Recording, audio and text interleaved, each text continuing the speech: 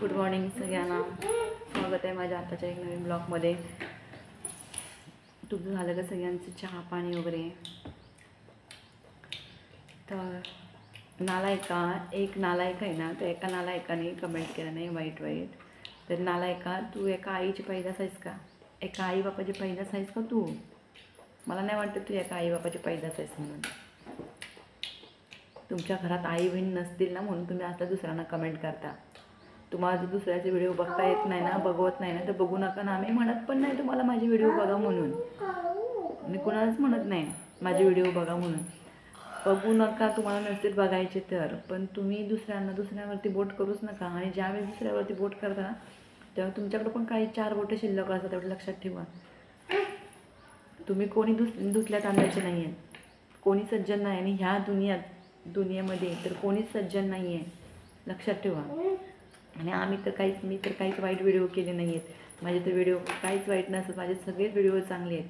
एकही सुरुवातीपासून माझे व्हिडिओ सगळेच चांगले आहेत बरं का. तर कमेंट करताना भानावर राहून विचार करून कमेंट करा. आपण 1-2 लेकरांच्या आईला कमेंट करतोय, तुम्हाला काहीच वाटत नाही का रे? थोडं पण तुमचं मन दुखत नाही रे का रे? दुसऱ्यांना असं वाईट कमेंट करताना तुमचं मनाला थोडा पण यातना होत नाही का रे? ना, एक माणसाच्या जन्मात येऊन सुद्धा तुम्हाला काहीच फरक पडत नाही का? दगड आहात का तुम्ही? एक बार त्या दगडाला काजर फुटत, पण तुम्हाला नाही फुटत का रे?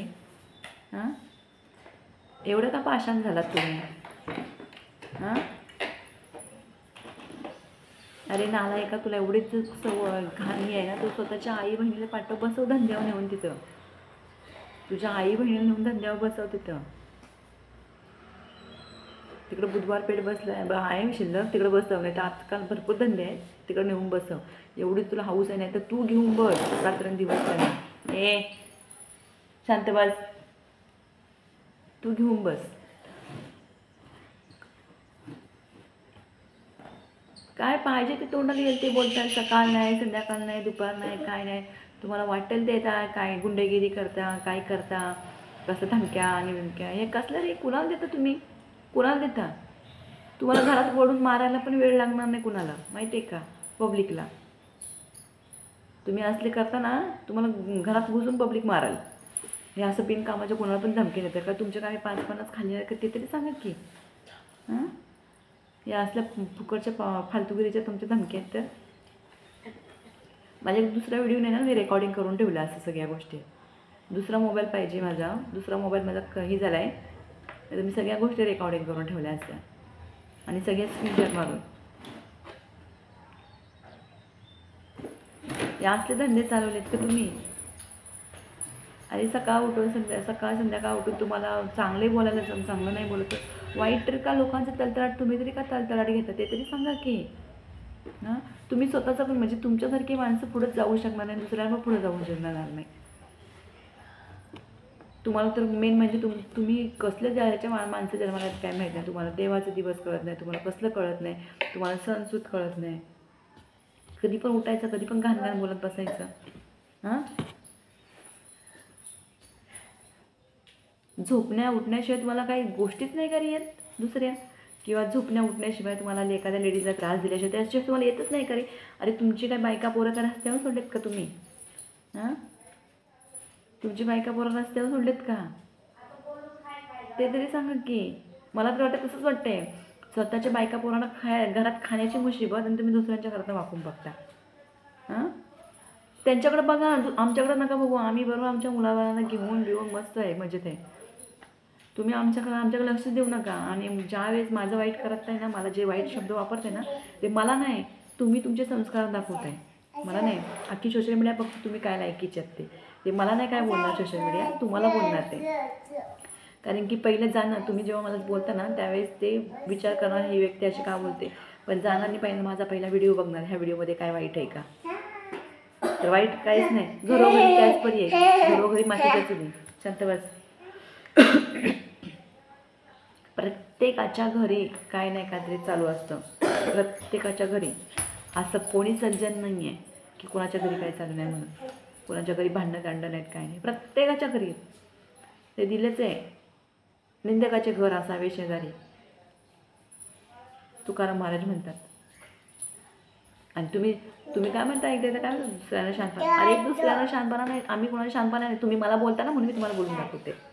तुम्ही ज्या गोष्टी मला बोलता ना म्हणून मी बोलून दाखवते. मला शांतपणा शिकवायची कोणाला गरजच नाही. प्रत्येकाला शांतपणा असतो, पण काही काही जणांना कमी असतो. काही काही जणांना फक्त आपल्यापुरता शांतपणा ठेवायचं मला एवढं वाटतंय. दुसऱ्यापुरता वापरू नये शांतपणा. आपण बघावा आपण किती योग्य आहे ते. आपण जर चांगलं असेल ना तर दुसऱ्यांनाही करा, बोट करा. आपण किती योग्य आहे ते बघायचं आधी. आपल्यावरून जगाची परीक्षा करू नका. तुम्हाला वाटतं मी तसं आहे म्हणून समोरची व्यक्ती तशी.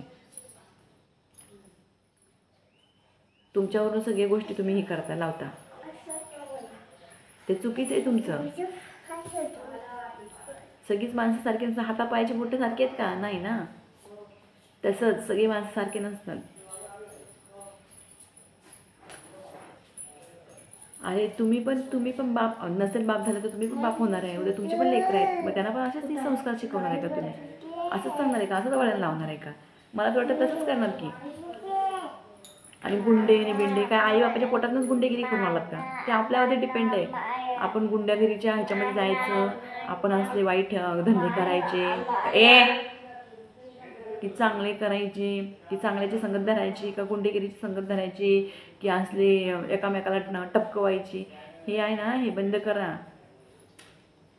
हे काय उपयोगाचं नाही दादानो, बरं का? काय उपयोगाचं नाही. इथलेच राहणार आहे सगळ्या गोष्टी, कोणीच घेऊन जाणार नाही आहे. आणि कुणी कुणाला धमक्या देऊ नका. प्रत्येकजण जायला आलंय, कोण थांबायला नाही आलंय. कोण नाही कोण जाऊन बसताच ना खडी फोडत. पण ज्या गोष्टी तुम्ही हे वाईट बोलताना मला असं आणि तसं, हे धमक्या आणि वाईट बोलणं आणि हे झोपण्या उठण्याच्या गोष्टी करतात, हे थांबवा पहिल्या. आणि तुम्हाला जेवढा हाऊस असेल ना तर बाबांनो, तुमच्या घरी जर आई बहिणीला किंमत नसेल ना तर तुम्ही तुमच्या घरी, मी तुम्हाला हात जोडून सांगते, तुमच्या घरी तुमच्या आई बहिणीला तुम्ही किंमत देत नसेल ना, तुमच्या घरी तुमच्या आई बहिणीला घेऊन झोपा. पण आमच्या घरी आम्हाला आई बहीण म्हणजे आमच्याकडं भाव बहिणीचा रक्षक असतो. आणि बहीण भावाचं नातं म्हणजे एवढं पवित्र आहे आमच्यामध्ये, समजलं का? आणि आईचं तर विचारूच नका. आई हा कुठं स्वर्ग मिळणार नाही, हा आईच्या पायाचा स्वर्ग असतो, समजलं?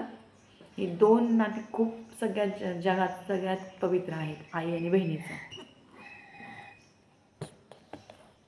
पण ज्या तुम्ही आईच्या आणि बहिणीच्या आईच्या नावाला कलंक लावताना तुम्हाला कुठेच जागा भेटणार नाही आहे. मी सकाळ सकाळ सांगते, माझ्या तळतळाट घ्याल सगळ्यांनी.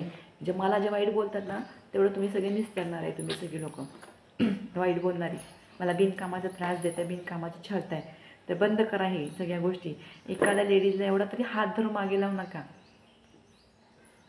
माझी मजबुरी काय आहे रे? फक्त माझे मिस्टर माझ्यापाशी राहत नाही म्हणजे कसे की ते इथे जॉबला नाही आहेत, ते पुण्याला जॉबला आहेत.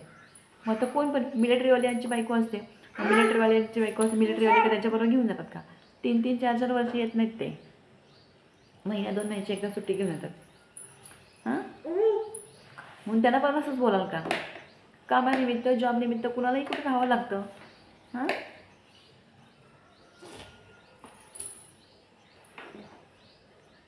तुम्ही काय पण बोलाल का कुणाला पण?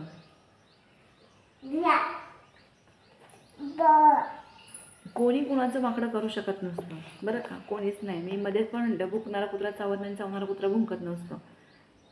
प्रत्येकाला कोणतरी, आणि आम्ही आमच्या मुलांवरती चांगले संस्कार आहेत, काही वाईट संस्कार नाहीत माझ्या मुलांवरती. चांगलं कळतं ना. मी माझ्या मुलांना आत्तापासून शिकवते, या असल्या भानगडीत कधीच पडायचं नाही. आपण असल्या गोष्टी पण सगळ्यापासून लांब राहायचं.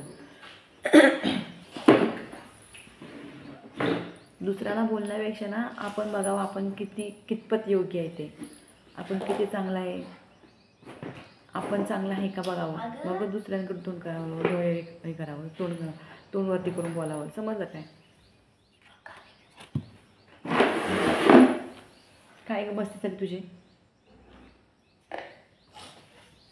प्रत्येकाच्या घरी टेन्शन असतं, प्रत्येकाच्या घरी लाईफमध्ये सगळ्या गोष्टी असतात, पण तुम्ही बिनकामाचा त्रास देऊ नका. माझी 2 लेकरं आहेत, आधीच तुम्हाला सांगते मी. काय तुमच्या घरचं येऊन खात नाही का माझी पोरं? अरे तुम्हाला एवढं कसं कळत नाही? आपल्याला कुणाचा त्रास नाही, काय नाही. तुमच्यासारखं कुणाच्यासारखं दिखाव तर करत नाही आम्ही, जे काय ते रिअलमध्ये आहे.